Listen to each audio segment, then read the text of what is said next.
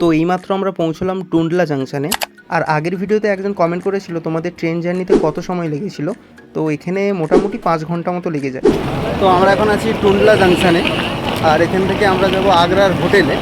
তো তার জন্য কিন্তু এখানে আমাদের বাস করা হয়েছে, বাসেই যাব। তো চলো বাসটা দেখাচ্ছি আমাদেরকে। ওই যে সামনে সাদা বাসটা দেখতে পাচ্ছ, ওটাই আমাদের। বাইরে এসেই কিন্তু এরকম স্ট্যান্ড তোমরা দেখতে পাবে। এখান থেকে আগ্রা যাওয়ার কিন্তু নানা অটো গাড়ি পেয়ে যাবে।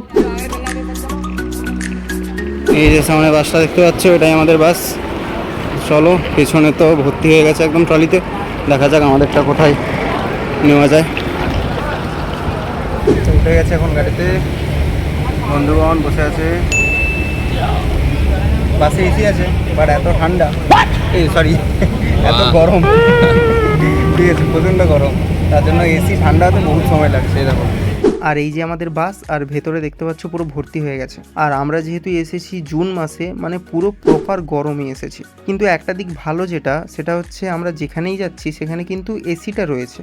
কারণ এই সময় কমফোর্টটা কতটা যে জরুরি তোমরা বুঝতেই পারছো। তো এখন এগিয়ে চলেছি উত্তরপ্রদেশের এক হিস্টোরিক্যাল জায়গা আগ্রার দিকে। যত এগোচ্ছি তত ভালো লাগছে, কারণ এতদিন বইয়ের পাতায়, ফোনের স্ক্রিনে মানে শুধু দেখেছি। আর এখানেই আছে সব থেকে ইন্টারেস্টিং আর দেখার মতো জিনিস, যেটা হচ্ছে তাজমহল।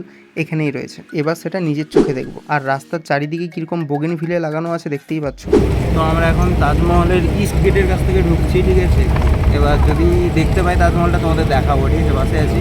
তো তাজমহল তো আর এখান থেকে দেখা গেল না। তো চলো নেক্সট ভিডিওতে হোটেলে তোমাদের সঙ্গে দেখা হচ্ছে। বাই।